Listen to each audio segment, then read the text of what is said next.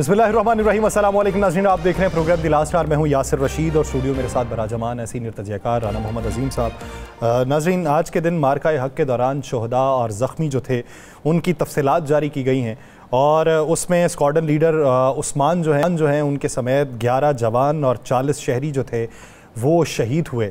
उन शहदा की रूहों को हम खिराज तहसीन पेश करते हैं कि जिनका लहू गिरा और उसके बाद पाकिस्तान ने वो बरतरी हासिल की है कि जिस पे उन तमाम शहदा को और उनके लवाहिकीन जो हैं उनको भी खिराज अकीदत पेश किया जाता है कि मादर वतन के वो सपूत जिन्होंने इस वतन के ऊपर कुर्बान होके हमें ये दर्स दिया है कि अगर एक जन्म मिले और उस जन्म में तुम्हें अपने मुल्क की हिफाजत करनी पड़े और उस हिफाजत पे वो वाला किरदार अदा करना कि वो रहते बरसों तक दुनिया की आंखों में जगमगाता रहे।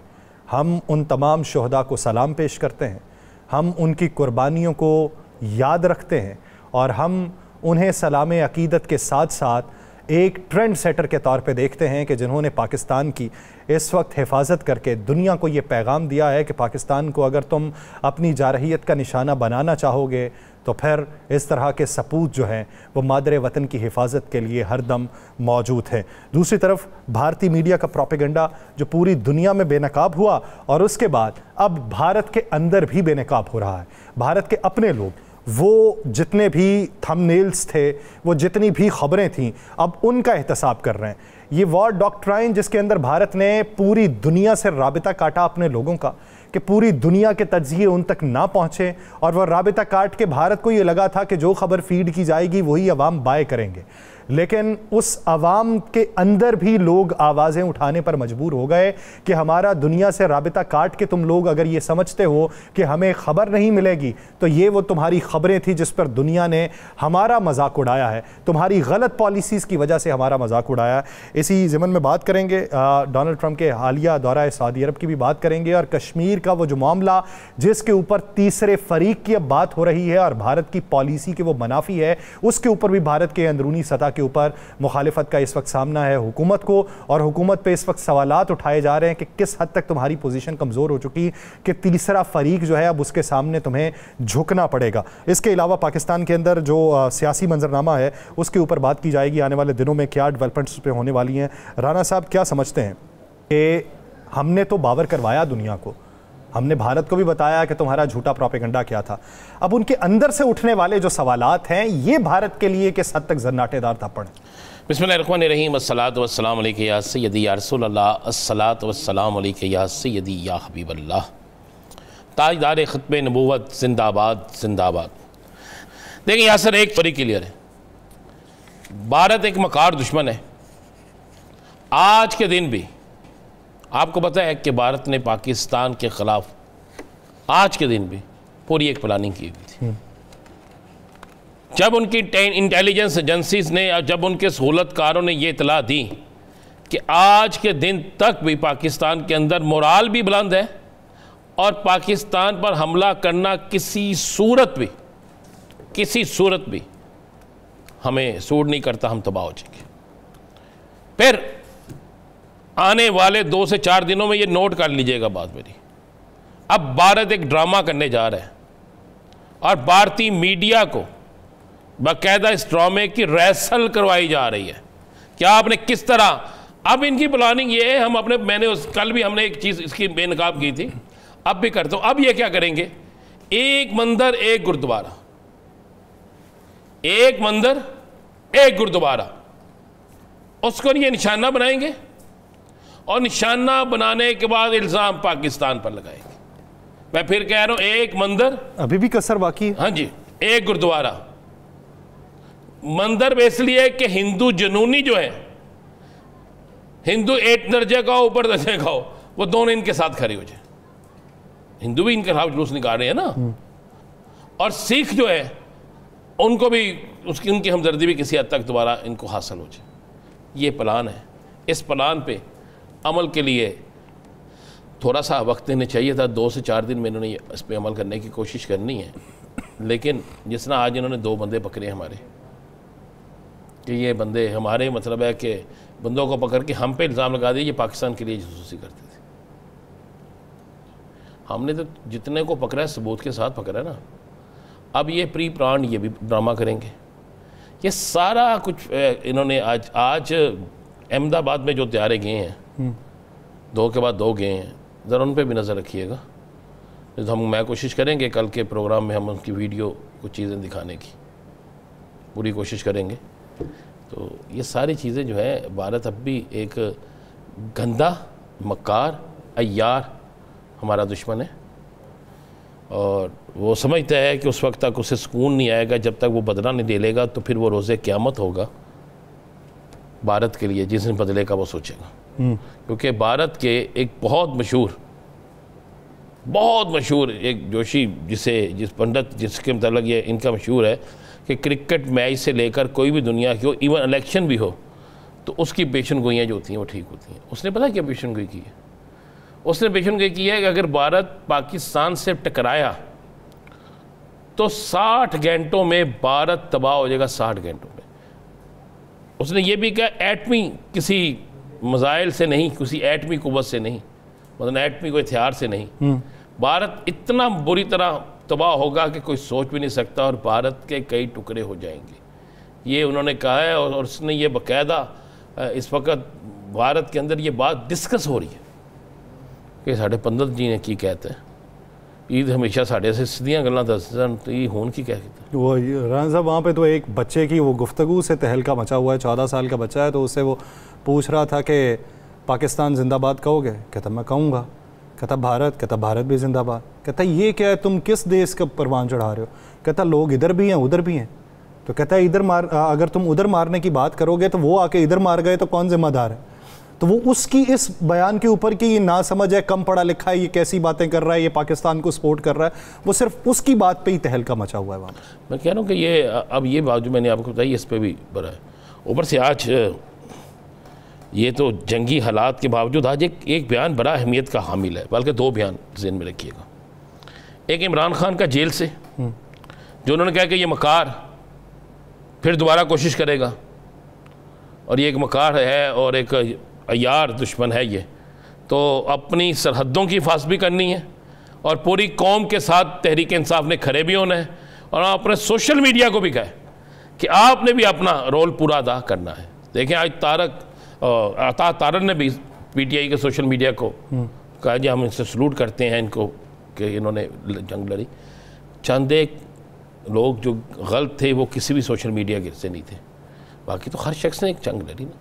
और दूसरा चौधरी परवेज़ लाई का बयान, आज परवेज़ लाई की पेशी थी और तारीख पेशी पे चौधरी परवेज़ लाई ने ना सिर्फ अफवाज पाकिस्तान को खराज तहसीन पेश किया, और परवेज़ लाई हम इस बात पे करते हैं, और बल्कि उन्होंने कहा कि अगर मोदी ने अब दोबारा गलती की तो इस गलती का मोदी को वो इंजाम भुगतना पड़ेगा वो सोच नहीं सकते। ये चौधरी परवेज़ लाई ने बड़ी लंबी चौड़ी गुफ्तगू की, और चौधरी परवेज़ लाई ने खुल कर कहा कि पाक फौज जो है इससे आगे हमें कोई चीज़ नहीं है। और आज मुझे जो नज़र आ रहा है, जो साइन आज हैं, जिस तरह अलीमा बीबी को एक बड़ा रिलीफ मिला है, उनको सफ़र की इजाज़त मिल गई है, जिस तरह इमरान खान से आज अलीमा बीबी के भी मुलाकात हो गई है।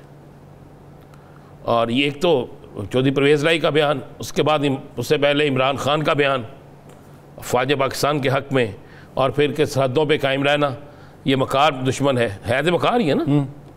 तो ये सारी चीज़ें, ये भी एक मैसेज गया है भारत के अंदर, और ये बड़ा तगड़ा मैसेज गया कि यार ये लोग जो हैं ये रुकते ही नहीं, ये आज भी ये पूरी एक कौम बन के खड़े हैं। बल्कि भारत में ये डिस्कस हो रहा है कि यार सबसे फौज किसके पास है, ये लफ्ज़ है हाली भारत में नहीं दुनिया में, उनका सबसे ज़्यादा फौज किसके पास है, उसका पाकिस्तान के पास। उन्होंने कहा नहीं यार, उसने कहा नहीं भाई 24 करोड़ फौज है उसकी, उसका एक एक बच्चा फौजी है, उसका एक एक जवान फौजी है। नहीं मर्दमशुमारी हुई नहीं, हो गई तो फौज की तादाद बढ़ जाएगी। उसने कहा उसके वहां पे वो शख्स जो लाठी लेके चलता है वो भी फौजी है। उसने कहा जब जंग होती है तो पाकिस्तान की फौज 24 करोड़ होती है, जब मुश्किल वक्त आता है पाकिस्तान की फौज 24 करोड़ होती है, जब वतन के दिफा की बारी आती है तो पाकिस्तान की फौज 24 करोड़ होती है। यानी सारी कौम अपनी फौज के साथ खड़ी होती है। आपने देखा नहीं, बहुत सी वीडियो आई हैं कि गोले भी पकड़ा रहे हैं, बहुत सी वीडियो आई है जिसपे आप देखना राइफल से वो शूट कर रहे हैं उसको, ड्रोन को। ये फौज ही है ना, इसलिए कि इनका फौज पाकिस्तान से गहरा रिश्ता है, गहरा तल्लुक है।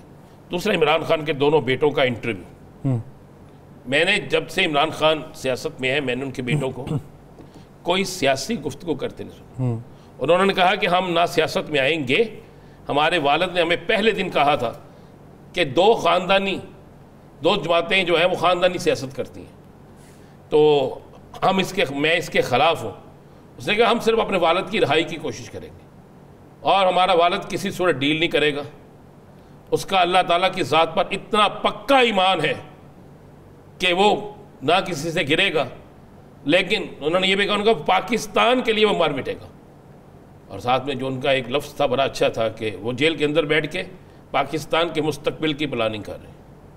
अब अगर सियासत में देखा जाए तो ये खबरें बड़ी डिस्कस हो रही है ना, इमरान के बच्चों का मैदान में आना, उसके ऊपर जमाइमा का ट्वीट होना कि इसको ज़्यादा से ज़्यादा सुने, इमरान खान का फिर ये बयान देना कि सरहदों की मजबूती के लिए डट जाओ, और अपने सोशल मीडिया को भी कहना, और मोदी को मक्कार कहना जो है, हालांकि मक्कार तो मोदी है, लेकिन मुझे किसी और लीडर के मुंह से सुनने की बड़ी ख्वाहिश थी।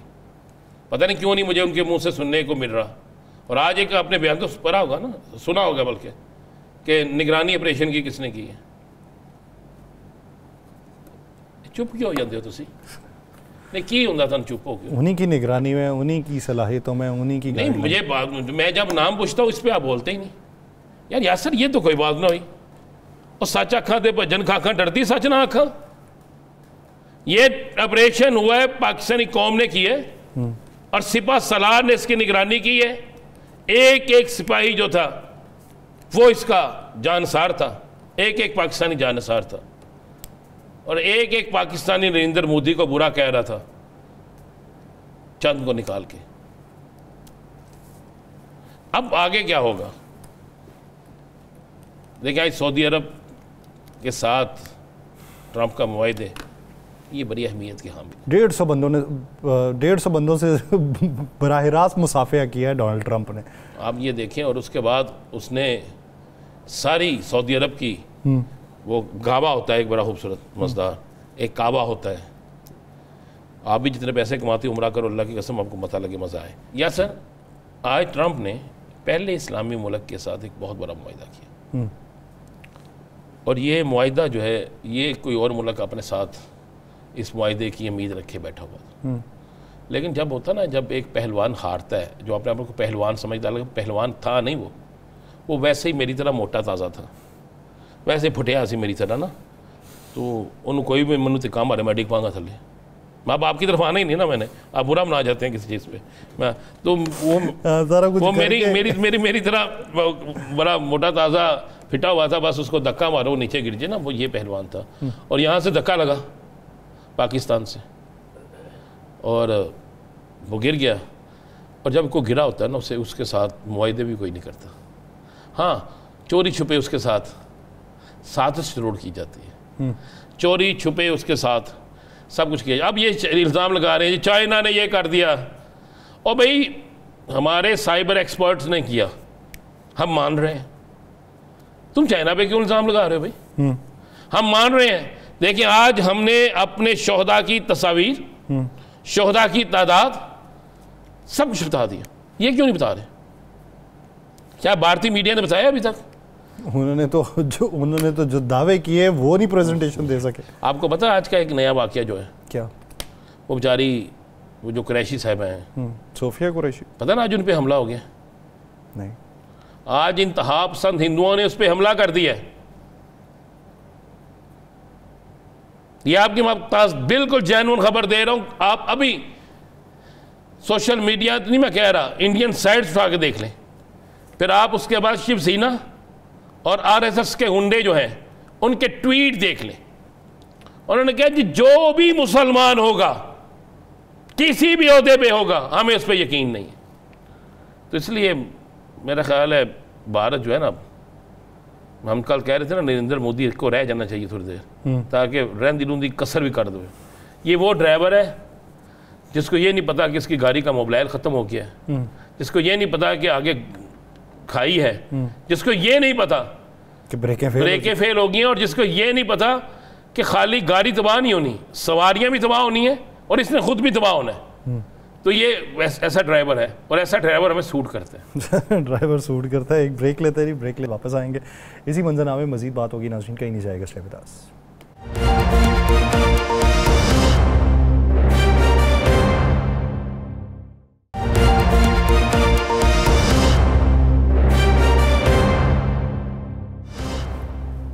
ब्रेक के बाद खुशामदीद नाज़रीन। मौजूदा मंजरनामे में जिस हद तक भारत को पसपाई का सामना करना पड़ा, हर महाज के ऊपर भारत के लिए शर्मिंदगी क्या है।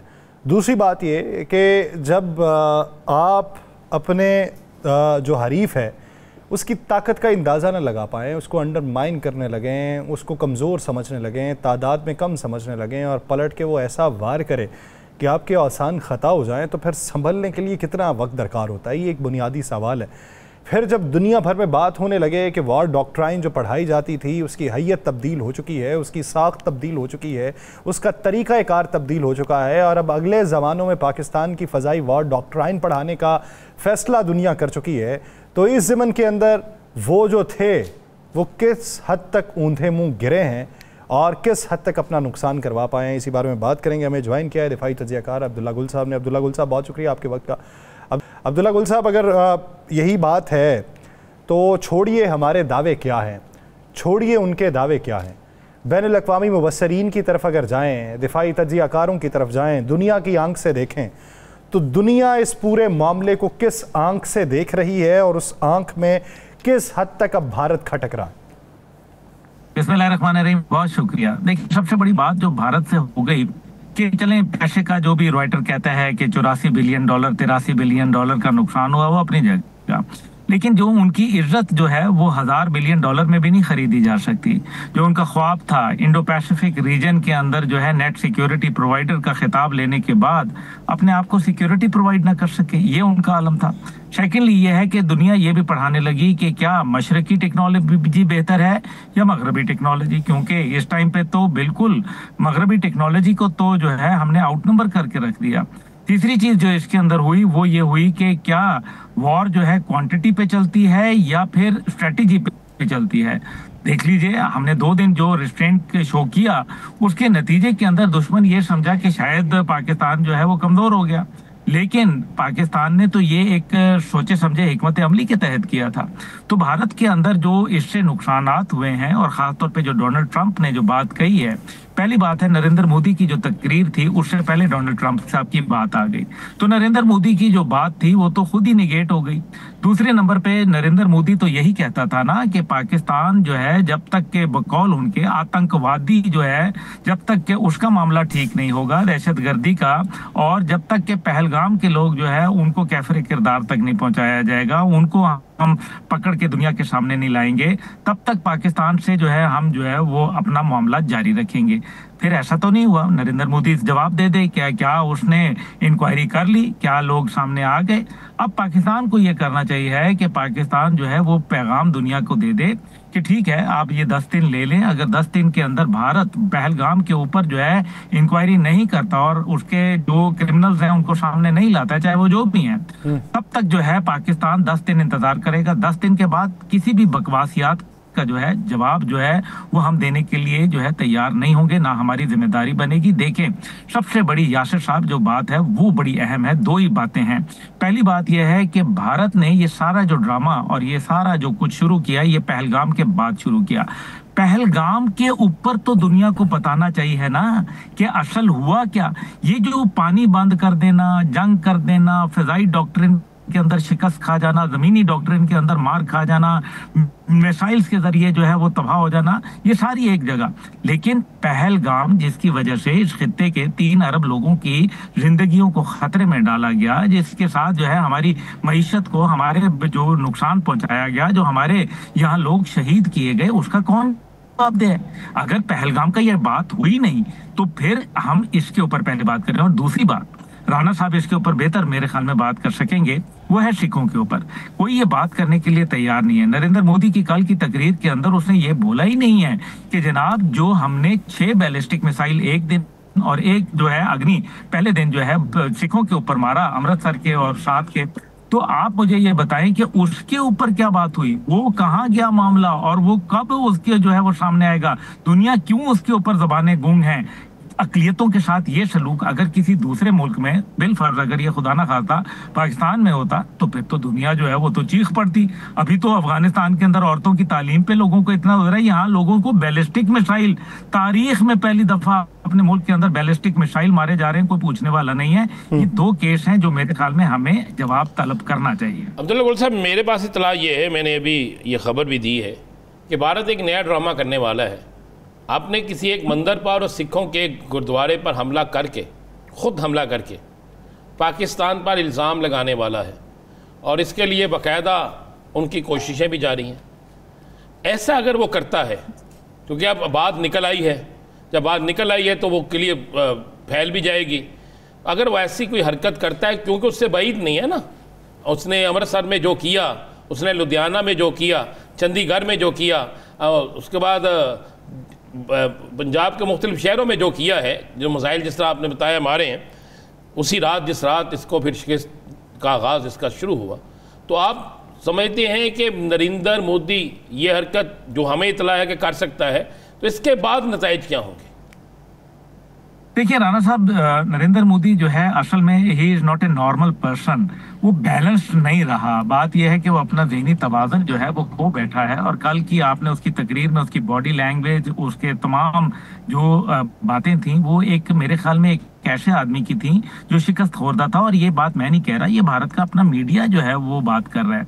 लेकिन जो इसमें अहम बात है, जो आपने जैसे फरमाया, देखिए भारत से आप कुछ भी बात कर सकते हैं और इस सिलसिले में, लेकिन अगर मैं एक, क्योंकि मिलिट्री मामलात को ज़रा उस पर गहरी नज़र रखता हूँ, तो मैं ये समझता हूँ कि भारत की फ़ौज जो है और उसकी एयरफोर्स जो है और उसकी जो डिफेंस स्ट्रेटेजिक सिस्टम है, ख़ास तौर पे जो उसका दिफाई निज़ाम है S-400 का, जो पहले कभी ऐसा नहीं हुआ कि किसी एक जहाज़ से, यानी कि जो शिकारी था वो शिकार के हाथों शिकार हो गया। ये बड़ी अजीब बात थी, और यही वजह है कि भारत जो है अब इसको अपनी स्ट्रेंथ को, अपना जो उसका लूज करदा जो एक मोमेंटम है, और सबसे बड़ी बात यह है कि जो उसने कॉन्फिडेंस उसकी फौज का जो है वो शैटर होके रह गया है, इसको ये 3 महीने में भी वापस नहीं ला सकता। तो अगर ये फौरी तौर पर ये अमल करता है, आप देखिए कि उनके जो एयरफोर्स चीफ हैं, जो एयर मार्शल सिंह जो हैं, वो एक सिख हैं, क्या वो खुश होंगे? आपस में बात है कि क्या उनके अपने लोगों के ऊपर जो मिसाइल बरस रहे हैं, क्या वो खुश होंगे? क्या ये हकीकत नहीं है कि उनकी सिक्योरिटी डबल कर दी गई है? क्या ये हकीकत नहीं है कि उनकी मिलिट्री के अंदर जो है वो बगावत हो चुकी है?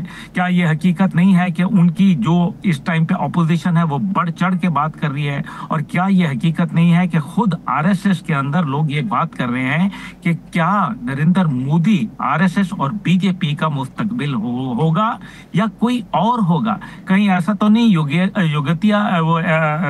योगी आदित्यनाथ को जो है वो सामने लाया जा रहा है? बहरहाल मकसद यहाँ ये है कि भारत ये सब कुछ कर सकता है, जैसे आपने राणा साहब फरमाया, लेकिन इस टाइम पे अगर टेक्निकली देखा जाए तो इस टाइम पे उनकी फौज, उनकी एयरफोर्स और उनका जो मिसाइल सिस्टम है वो पूरी तरीके से एक्सपोज हुआ है, और इंटरनेशनली इस फेलियर को रिकॉग्नाइज किया जा रहा है। और उसकी सबसे बड़ी बात यह है कि यहाँ ये नहीं कहा गया कि पाकिस्तान ने क्या किया, असल ये बात हो रही है कि यूएस रेस्क्यूड इंडिया, यूएस ने रेस्क्यू किया इंडिया को, और किसके हाथों? अपने से छोटों के हाथों, अपने से कमजोर के हाथों, अपने से कई गुना रकबे में कम के हाथों, अपने से कई गुना आबादी के लिहाज से कम और वसाई के हिसाब से आप देखें। और फिर सबसे बड़ी बात जो राणा साहब इसके अंदर एक बहुत पॉजिटिव बात है, पॉजिटिव ये है कि एन उस वक्त आईएमएफ हमें लोन दे रहा है जब भारत हम पर जो है आतंकवादी के इल्जाम लगा रहा है, दहशतगर्दी के। दिस मीन्स कि इंटरनेशनल दुनिया जो है वो पाकिस्तान को ग्रे लिस्ट में नहीं बल्कि व्हाइट लिस्ट में रख रही है। भारत को अब अपनी सोचनी पड़ेगी कि उसका क्या बनेगा कालिया। अच्छा अब्दुल्ला गुल साहब, अगर एक और नेक्सस की बात की जाए, आप ये देखिए कि जब ये जंग का मंजरनामा था तो अमेरिका जो अब रेस्क्यू कर चुका है, वही अमेरिका इस मामले में न्यूट्रल होने की बातें कर रहा था। दुनिया के तमाम तर ममालिक न्यूट्रल होने की बातें कर रहे थे। अगर कोई भारतीय नैरेटिव को बाय भी नहीं कर रहा था तो वो उसका साथ भी नहीं दे रहा था। पाकिस्तानी मौक़िफ़ की तायीद तो हो रही थी बहुत सारे मौक़ों के ऊपर, लेकिन इजराइल के साथ जो उसका नेक्सस है, उन दोनों के नैरेटिव को अगर देखें तो वो एक हैं, यानी एक तरफ सहूनियत का प्रचार, दूसरी तरफ हिंदुत्व का प्रचार। ये मुस्तकबिल में नेक्सस कितना मजबूत होगा और इसके इरादे क्या दिखाई देते हैं? बहुत खूबसूरत सवाल है। देखिए यासिर साहब, मसला यहाँ ये है कि भारत और जो इसराइल हैं वो दोनों एक दूसरे के नेचुरल एलाई हैं। उसकी वजह यह है कि दुनिया में दो ही मुल्क तनहा हैं जिनके पास कोई और जगह नहीं है, हिंदुओं के लिए भारत और यहूदियों के लिए इसराइल। इस वजह से ये इनका जो कोलैबोरेशन है ये जस्ट नेचुरल है। और फिर आप देखें कि जो गजा का मॉडल था वही एग्जैक्टली जो है वो इन्होंने उसके ऊपर रेप्लिकेट करने की कोशिश की कश्मीर पे। लेकिन जरा इसराइलियों के पास सोफिस्टिकेशन ज्यादा है और ये जरा भौंडे अंदाज में काम करते हैं। आप देख लीजिए, टेक्नोलॉजी होना जरूरी नहीं है, it is the man behind the machine. Rafale बुरा जहाज नहीं है, S-400 बुरा सिस्टम नहीं है, लेकिन जो हिरोन और हीरोप ड्रोन्स हैं वो बुरे नहीं है। मकसद ये है कि पीछे चलाने वाले कौन है। अगर वो अनाड़ियों के हाथों के अंदर आएंगे, जिनकी ट्रेनिंग का सिलसिला, एक मैं वीडियो देख रहा था, आपने भी देखी होगी, कि एक वो फौजी जो है वो बिल्कुल वहशियाना अंदाज में है कर रहा है। पहले मैं ये समझा कि, और सामने कुछ उसके वो पुतले रखे हैं, उनको वो मारता है, गिराता है। पहले मैं समझा कि शायद ये मजाक की वीडियो बनी है, लेकिन फिर जब मैंने उसको गौर से आखिर तक देखा, वो ये मिनट डेढ़ की थी, तो पता चला कि ये वाकई उनकी ट्रेनिंग का हिस्सा है। ऐसी जाहिलाना ट्रेनिंग तो मतलब फख्र का बायस है। इसलिए जो इनका नेक्सस है इसके अंदर एक और भी है। अमेरिका जो है अभी तक न्यूट्रल है। आपने देखा अमेरिका क्यों न्यूट्रल था, जो सबसे इंपॉर्टेंट बात है। भारत ने हमला क्यों किया? क्योंकि जब JD वेंस ने जब बयान दिया, वाइस प्रेसिडेंट अमेरिका ने, कि भारत और पाकिस्तान के दरमियान में न्यूक्लियर जंग का खतरा नहीं है, उसके चंद घंटों के बाद बाकायदा ब्रह्मोस मिसाइल से हमारे नूर खान, हमारे जो किशोरकोट और हमारे जो मुरीद बेस के ऊपर निशाना बनाया गया। इसका मतलब है कि कहीं ये अंदाजा हो गया भारत को कि न्यूक्लियर जंग तो नहीं होगी। लेकिन पासा तब पलटा जब नेशनल NCA की जो मीटिंग थी वो कॉल की गई और उससे पाकिस्तान की जो न्यूक्लियर डिटरेंस थी वो कायम हुई। और ये धमकी नहीं थी, ये हमारा एक पहले से तयशुदा एक मंसूबा है। हमने न्यूक्लियर इसीलिए बनाया था कि हम कन्वेंशनल वॉर में नहीं जाना चाहते थे। हमने बता दिया था कि हम न्यूमेरिकल सिस्टम में हम आगे नहीं निकल सकते। इस वजह से जब NCA का होता है तो फिर मार्को रूबियो को बाकायदा जो है वो SOS कॉल जाती है नरेंद्र मोदी एंड कंपनी की जानिब से। और फिर ये बात तो मगरिब का मीडिया खुद लिख रहा है कि नरेंद्र मोदी और उसकी काबीना जो थे वो पैर पकड़ लिए अमेरिका के और कहा कि जान छुड़ाओ। बात यह है कि इस टाइम पे उनकी जो कन्वेंशनल वॉर में भी, अगर चलें छोड़ दें इसको, कन्वेंशनल वॉर में उन्होंने क्या कर लिया? आप मुझे ये बताइए कि कोई रिटेलिएशन, कोई गोला पाकिस्तान में आके पड़ा? ये मास्टर बाय ड्रोन जो कि हमारी हिकमत अमली के तहत हमने उनको ल्योर इन किया ताकि वो हमें हमारे साहब ये सारा हो गया, हमने उनकी वो तमाम तबाह की जहाँ पे वो हमारे खिलाफ ट्रेनिंग देते थे। अब जो पाकिस्तान में उनके सहूलतकार हैं, जो तंजीमें यहाँ पे बनाई गई, जिनको ये बहुत ज़्यादा सपोर्ट करते हैं, जिन पे ये पैसा खर्च करते हैं, अब क्या उनकी भी कमर तो टूट गई, लेकिन उनका अब दी एंड करने का वक्त शुरू नहीं हो गया? देखिए मेरे ख्याल में जंगें बहुत सारी चीज़ों को अपनी सोचने के एंगल्स को चेंज करती हैं। मेरे ख्याल है कि हमें भी बहुत सारी चीज़ों को सोचना चाहिए। हमें जो है वो पाकिस्तान की तरक्की के अंदर भी हमें बहुत चीज़ों को ऊपर गौर करना पड़ेगा। इसमें कोई शक व शुबा नहीं है कि हमने मिलिट्री डोमिनेंस पूरी दुनिया को दिखाई है and we really actually We turned out to be the only superpower of Islamic world। इसमें कोई दूसरी राय नहीं है और ये एक बहुत खुशाइन बात है। लेकिन दिफा के साथ साथ अब हमें मईशत के ऊपर अपनी गौर करना पड़ेगा। अगर हम इतनी बड़ी दिफाई ताकत हैं तो क्या अच्छा लगता है कि $1-1 बिलियन के लिए जो है हम ये इनके IMF वगैरह के सामने जो है वो उनकी शराइत के ऊपर जो है वो हामियां भरते रहें? तो पाकिस्तान में पोटेंशियल है। देखिए मैं आज सियालकोट गया था और सियालकोट के अंदर जो मैंने चैम्बर ऑफ कॉमर्स की जो माशाल्लाह हमने तरक्की देखी, इट इज़ रिमार्केबल। लेकिन क्या वजह है? आज वहाँ एक बात बहुत अच्छी की, उन्होंने कहा हमें हुकूमत से कोई सपोर्ट नहीं चाहिए, हमें सिर्फ हुकूमत हमारी जान छोड़ दे, हमारा पीछा ना करे, हम खुद ही तरक्की कर लेंगे। ये अगर ये आलम है तो हमें भी अपनी पॉलिसीज को रिवाइज करना है और हमें भी ये देखना है कि हमें अपने दोस्त और दुश्मन जो हैं वो एक सिरे में दोबारा एक दफा अपनी फॉरेन पॉलिसी को, अपनी स्ट्रेटेजिक पॉलिसी को, अपनी डिफेंस पॉलिसी को रिविजिट करना होगा, अपनी सिफारती पॉलिसी को तरतीब देना होगा, फिर से दोस्तों और दुश्मनों के अंदर फ़र्क करना होगा और उसी तफरीक से हम ये अंदाज़ा लगा सकते हैं कि मुस्बत पैराए के अंदर हम क्या कदम उठा सकते हैं। बहुत शुक्रिया कुल साहब इस हवाले से अपना वक्त देने के लिए। नाज़रीन, दीगर इश्यूज़ पे बात करेंगे। मोहम्मद अली दुरानी साहब हमारे साथ मौजूद होंगे, कहीं नहीं जाएगा, स्टे विद अस।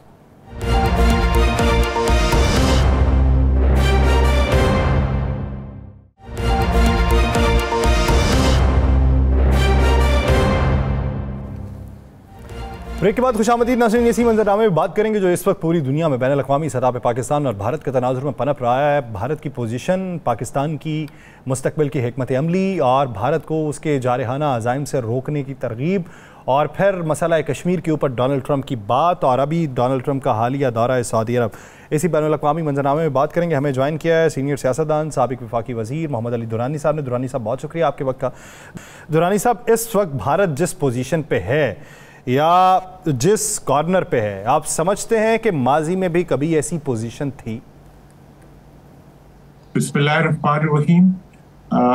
फिर सब मेरे ख्याल में रिसेंट पास्ट में एटलीस्ट जब से मोदी साहब आए हैं, मोदी साहब इस बुरी हालत में इससे पहले मुझे कभी नजर नहीं आए।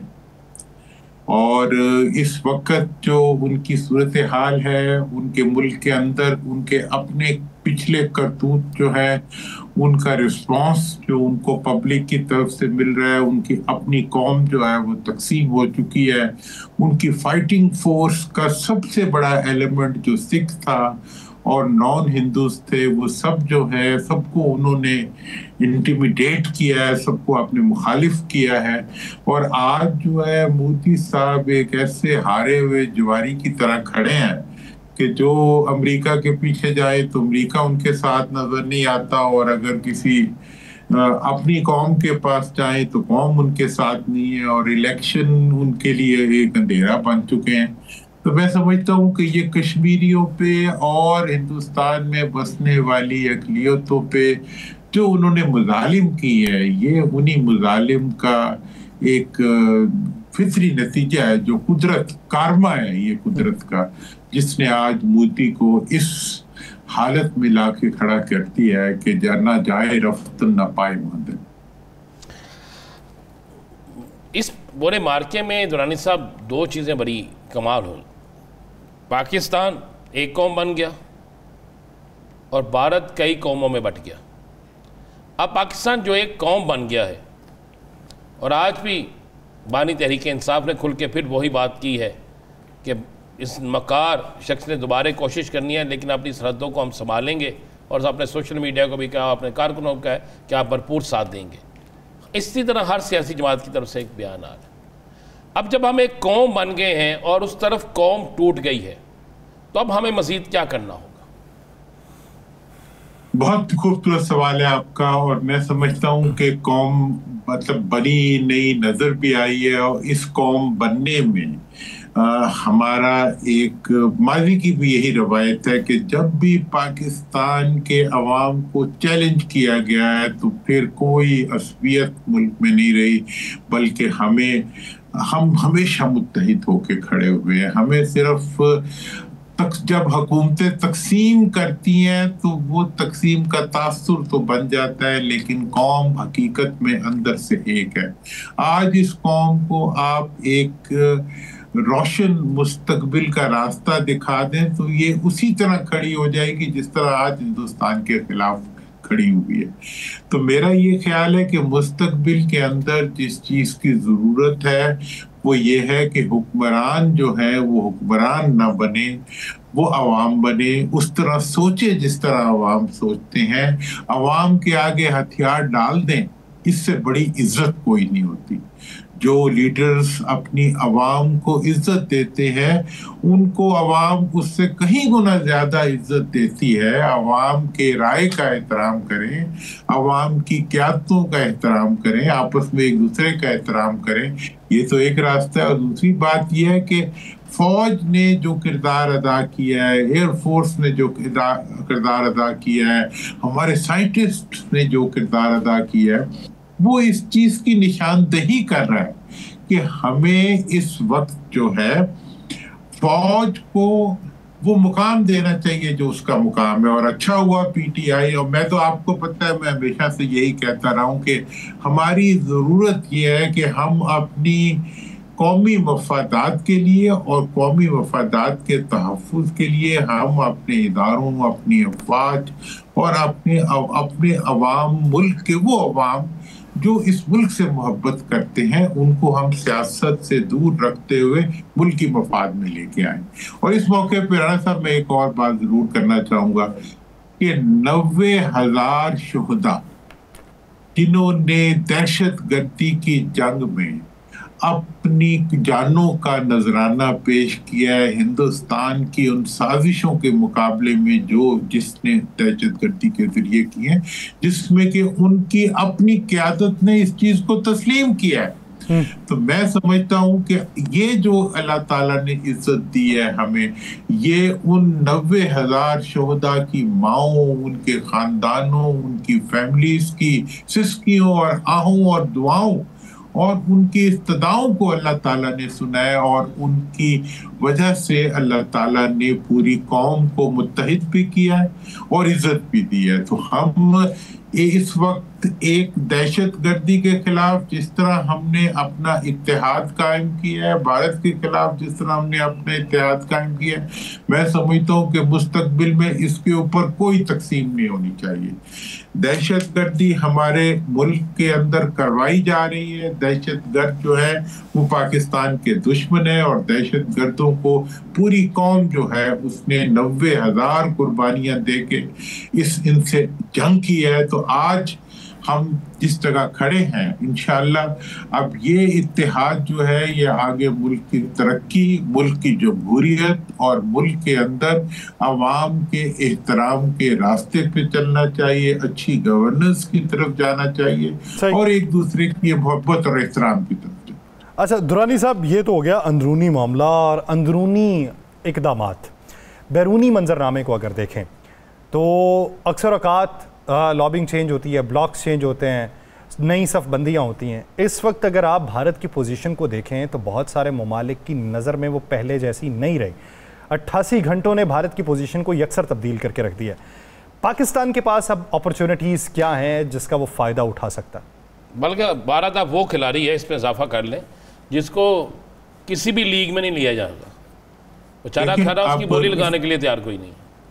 देखें इस वक्त जो है वो हमें इस एक तरफ तो हमें अपना कौमी यकजहती का जो मुजाहिरा है इसको हमें मुल्क के अंदर ले आना चाहिए, मुल्क की तरक्की और मुल्क के इस्तेहकाम की तरफ ले जाना चाहिए। दूसरी तरफ यह है कि हमें अपनी डिप्लोमेसी को, इसमें एक और मैं आपको बताऊं, पाकिस्तान में बड़ी दिलचस्प डेवलपमेंट हुई है जो कि आपके इस सवाल के लिए बहुत अहम है।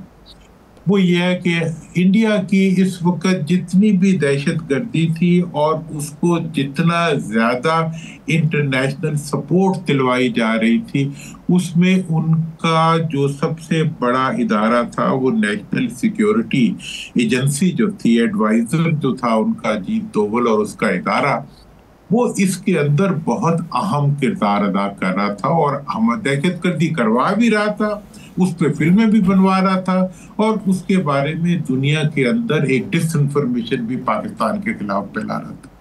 इस मर्तबा ये हुआ है कि सैयद आसिम मुनीर साहब ने जनरल मुनीर अपना इनकी तरफ आसिम मलिक की सूरत में जो नेशनल सिक्योरिटी एडवाइजर दिया है, उन्होंने मेरे पास मालूमात है दूसरे मुल्कों से कि इस दफा पाकिस्तान के नेशनल सिक्योरिटी इश्यूज को, यही वजह थी कि अमेरिका से लेके तमाम मुल्कों ने जब उनसे राब्ता किया तो उसके बाद एक क्लियर उनकी राय के अंदर एक मुख्तलिफ सूरत हाल सामने आई। तो मैं समझता हूं कि हमें नेशनल सिक्योरिटी जो हमारा इदारा है उसको नई लीडरशिप के जरिए जिस तरह से उन्होंने रोल प्ले किया है उस रोल को मजीद हमें मैग्नीफाई करना चाहिए। हमें प्रीएम्प्टिव और जो इंडिया की पाकिस्तान के खिलाफ अब तक कार्रवाइयां रही हैं उसको हमें दुनिया के सामने लाना चाहिए और अब इस टेबल को टर्न होना चाहिए कि वो चोर और चत्तर का जो कैफियत थी भारत की, अब हमें उस मिथ को तोड़ते हुए चोर को चोर साबित करते हुए अपने आप को ये साबित करना चाहिए कि हम किसी किस्म की दहशतगर्दी में हम शरीक नहीं है, हम दहशतगर्दी का शिकार हैं। और हमारे जो लीडर जी हमने ये भी किया, वो यार हमने तो जाने दी है, हमने क्या किया है? हमने कुछ नहीं किया। हमने जो कुछ भी दुनिया के अंदर किया है, पाकिस्तान ने अग्रेशन से ज्यादा जो है पाकिस्तान ने जुल्म और ज्यादती सही है। अफगानिस्तान के अंदर रूस आगे बैठ गया था तो हम क्या जाके उसके आगे लेट जाते? पूरी दुनिया को हमने बचाया है एक सिचुएशन से, आज हमें तुम उसी के ताने देते हो। यार हमने इस मुल्क के जरिए, हमने इस मुल्क के अवाम ने, इस मुल्क के शोहदा ने अपने मुल्क और पूरे दुनिया को दहशतगर्दी से बचाया। आज भी बूदी की दहशतगर्दी जिसके बारे में 5 इंटरनेशनल एजेंसीज कह रही हैं, ब्रिटेन से लेके कनाडा से लेके अमेरिका से लेके कि ये दहशतगर्दी सिखों के खिलाफ मोदी करा रहा है। कौन उसका मुकाबला कर रहा है? पाकिस्तान कर रहा है। और हमारे जो लोग हैं वो उनकी माजरत खाना जो उनका रवैया है, क्योंकि उनकी अपनी जायदादें बाहर पड़ी हुई है, उस वजह से वो कमजोर बातें करते हैं। और दूसरी एक और चीज जो बड़ी अहम है वो ये है कि हमारे दानिश्वर, हमारे जितने सोचने वाले लोग हैं, मैं उनसे ये दरखास्त करूंगा कि हमारे सियासी इख्तलाफात जितने मर्जी हों, हम अपनी अफवाज और अपने इदारों को अपनी सियासत में इन्वॉल्व ना करें। हम अपनी जर्नलिस्टिक कद बढ़ाने के लिए अपने इदारों को बिला वजह, गलती हर एक में हो सकती है, गलती हो भी सकती है, लेकिन बात गलतियां ऐसी होती जैसे अदालत के मामलात को हम साइड पे कर देते हैं, हम उस पर ज्यादा बात नहीं करते। इसी तरह हमें अपने सिक्योरिटी, और अब साबित हो गया ना कि आज किसने पाकिस्तान को बचाया है, आज कौन पाकिस्तान के लिए जो है अवाम का कौन सरखेल बना है, फौज बनी है ना। तो अगर हम अपनी फौज के खिलाफ बोलेंगे तो वो हमारे लिए, और इवन जो मुल्क से बाहर लोग हैं, जो मुल्क के अंदर लोग हैं, उन्हें यह अहद करना चाहिए कि हम अपनी सियासत को, अपनी हुकूमत, और ये जिम्मेदारी भी हुकूमत की होती है, हुकूमत चालाकी करती है कि वो अपनी जिम्मेदारी जो है वो इदारों पे डाल के तो खुद पीछे होने की कोशिश करती है। नहीं, जो सियासी इख्तलाफात हैं उनको हल करना, उनको एड्रेस करना हुकूमत की जिम्मेदारी है, और ये हुकूमत ही को इस पे तनकीद का निशाना बनना चाहिए। हम जनाब इस्टेब्लिशमेंट के नाम पे, दूसरे नामों पे हम अपने इदारों को जो डिफेम करने की कोशिश करते हैं वो हमें नहीं करनी चाहिए। यही इदारे हमारे सेवियर्स हैं। मैंने 100 दफा कहा है कि अगर आप रेफरी को बॉल मार के उसका सर भी फाड़ देंगे तो दूसरा प्लेयर वो आउट नहीं होगा। तो हम छोड़ दें इन चीजों को, हम अपने मुल्क के मफाद के लिए अपने इदारों को तहफ़्फ़ुज़ दें और उन्हें इस चीज के लिए इतना एतमाद दें कि वो कौम को अपनी पुश्त पे खड़ा हुआ देख के वो पुरएतमाद हो जाए। दुरानी साहब, आपने दुरुस्त कहा, इंशाल्लाह ऐसे ही होगा। सबसे पहले पाकिस्तान, उसके बाद कोई और चीज़ है। दुरानी साहब, आप खित्ते में नया ब्लॉक कौन सा बनता देख रहे हैं इस सूरत हाल में? इस सूरत हाल के बाद इस खित्ते में नया ब्लॉक कौन सा बनता देख रहे हैं? देखें राणा साहब, अगर इंडिया में अकल हो ना उनकी लीडरशिप में, मैं तो ये बात पहले भी कह चुका हूं, इस वक्त इंडिया के पास एक ही रास्ता है कि वो कश्मीर की सालसी के लिए चाइना को बीच में ले आए। उसका चाइना के साथ भी इशू रिजॉल्व हो जाएगा, पाकिस्तान के साथ भी रिजॉल्व हो जाएगा, कश्मीर का इशू भी रिजॉल्व हो जाएगा, इस खित्ते में तिजारत भी शुरू हो जाएगी। हमने कोई कसम तो नहीं खाई हुई कि हमने आपस में लड़ के जो है मगरबी ममालिक का फायदा करना है। जब इंडिया पे कब्जा किया था बरतानिया ने, इंडिया की मईशत दुनिया की मजबूत तरीन मईशत थी, उसने उसको गरीब तरीन मईशत में बदल दिया। देखें, हम इस वक्त अब जो सदी चल रही है ये मशरिक की सदी है, ये एशिया और इस रीजन की सदी है। अब इस रीजन की लीडरशिप में अगर अकल ना हो और मोदी जैसे मतलब दहशतगर्द सोच रखने वाली क़यादत उनमें आगे आ जाए तो फिर तो वो ऐसे इकदाम करेगी जिसके नतीजे में जो है वो अपना भी नुकसान करेंगे, अपने मुल्क के गरीबों का भी नुकसान करेंगे और पूरे खित्ते का नुकसान करेंगे। लेकिन इस वक्त मैं समझता हूं कि पाकिस्तान को, और इस पाकिस्तान सही रुख पे खड़ा है इस वक्त, चाइना हो, रशिया हो, अफगानिस्तान हो, ईरान हो, हमारा सब कॉन्टिनेंट और इसके साथ साउथ एशिया हो, साउथ एशिया के तमाम ममालिक जो हैं और इस रीजन के तमाम ममालिक जो हैं वो इस वक्त ऐसा एक ब्लॉक बनते हुए नजर आ रहे हैं जो मुस्तकबिल क्या, देखिए हम अगर ट्रेड आपस में करेंगे तो कितना हमारा फायदा है। और हमने जो चाइना के साथ सी पैक का इनिशिएटिव लिया है ये पूरे खित्ते के लिए अमन की अलामत बन सकता है, ये तो भारत के लिए भी अमन की अलामत बन सकता है अगर वो समझे। लेकिन यही वो रास्ता है जिसके जरिए हम इधर तरक्की कर सकते हैं। मगरिब हमें रास्ता नहीं देगा, मगरिब तो यहाँ पे जहर के बीज बो के गया है। कश्मीर का इश्यू मैंने तो नहीं बनाया, कश्मीर का इश्यू चाइना ने तो नहीं बनाया, कश्मीर का इश्यू तो बरतानिया छोड़ के गया है। और ये मोदी साहब इतने नासमझ है कि दुनिया की नासमझ तरीन जो लीडरशिप है इजराइल की, जिन्होंने एक खित्ते के अंदर इतनी इंटेलेक्चुअल डेवलपमेंट के बावजूद उस खित्ते को भी तबाह कर दिया, अपने आप को भी तबाह कर दिया, अपने मुल्क को भी तबाह कर दिया, उनको इन्होंने अपना उस्ताद बनाया है। इस मोदी ने अगर इजराइल को अपना उस्ताद बना लिया तो उसके बाद तो इसका हाल वही होगा जो हुआ है, बददुआएं भी मिलेंगी, जुल्म भी मिलेगा और कुछ भी नहीं मिलेगा। लिहाजा इस वक्त इस खित्ते की लीडरशिप को आगे बढ़ने के लिए जो रास्ता अख्तियार करना चाहिए वो रास्ता यकीनी तौर पर फहम, समझ, मुफाहमत और मुस्तकबिल की तरफ बढ़ना, और अपने रीजनल जो अलायंसेस इस वक्त मैं देख रहा हूँ वही इस मसले के हल भी है।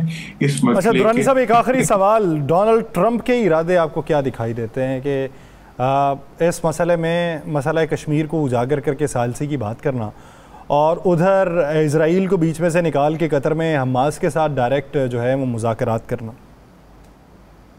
देखिए मोदी की एक बहुत पॉजिटिव चीज है, मोदी जो है वो सीधा साधा बिजनेसमैन, ठीक है ना, और उसको वो बरतानिया वाली साजिशें भी नहीं आती। मैं फ्रैंकली आपको बता दूं वो पठान टाइप बंदा। मोदी या ट्रंप की बात कर रहे हैं? सॉरी, ट्रंप की बात कर रहा हूं। ट्रंप मैंने कहा मोदी को आपने सीधा कह के कमाल ही कर दी। मोदी तो सीधा नहीं है, बेवकूफ है। 3-4 दफा तौबा इस्तगफार करिएगा। इस्तगफार, मैं तो वो गलती से मेरे मुंह से निकल गया उसका नाम, लेकिन मैं ट्रंप का नाम ले, मैं कहता ट्रंप जो है वो एक सीधा साधा बिजनेसमैन आदमी, और वो बिजनेस की तरह ही अपनी सियासत को भी करता है। तो इस वक्त जो वो इक़दामात उठा रहा है वो आउट ऑफ बॉक्स एक्टिविटीज वो सारी कर रहे हैं, और उनके अंदर से उसने जो कुछ भी इस वक्त कहा है उसमें उसने एक तो उसने बड़ी जो सही स्टेप लिया है वो तो ये है कि इंडिया और पाकिस्तान को उसने बराबर रखा है, और दूसरी तरफ उसने ये भी कहा है कि कश्मीर के इशू जिसको नाम लेने से इससे पहले वाले बाबे जितने थे अमेरिका के वो डरते थे, उसने उसका नाम भी लिया है। उसने कहा मैं सालसी भी कराऊंगा। सालसी उसने क्या करानी है, लेकिन एक बात की तो है ना, अब ये है कि इससे कश्मीर का इशू हाईलाइट होगा। सालसी तो कश्मीरियों की कुर्बानियां कराएंगी, सालसी तो पाकिस्तानियों की मोहब्बत कराएगी जो कश्मीरियों से है, और वही इसको आगे भी बढ़ाएगी। लेकिन दुनियावी वसाइल भी तो बनने होते हैं। मैं समझता हूँ कि ट्रंप और अमेरिका का जो रोल है इस वक्त तक, उसको हम जितना अपने एडवांटेज में कर लेंगे उतना ही हमारे लिए अच्छा होगा, और हमें मैक्सिमम एडवांटेज की तरफ ले जाना चाहिए। लेकिन एक बात मैं आप लोगों की तारीफ कर दूं कि पाकिस्तानी मीडिया ने जिस रिस्पॉन्सिबिलिटी के जरिए पाकिस्तान के मौक़िफ़ को जितनी किसे कहते दानिश के साथ दुनिया के सामने रखा है, कि आपने हिंदू वहशत को जो मीडिया में झलक रही थी उसको अपनी दानिश और अपनी फहम और फरासत से आपने उनको नाकों चने चबवाए हैं। यानी बयानिया जब मजबूत हो तो फिर मुखालिफ आवाज़ें जो हैं वो दम ही तोड़ जाती हैं। बहुत शुक्रिया अभी दुरानी साहब इस हवाले से अपना वक्त देने के लिए। नाज़रीन, प्रोग्राम का वक्त खत्म हो जाता है। मुझे और राना साहब को दीजिए इजाज़त। आपसे मुलाकात होगी कल के रोज़। अपना बहुत सा ख्याल रखिएगा। अल्लाह निगहबान।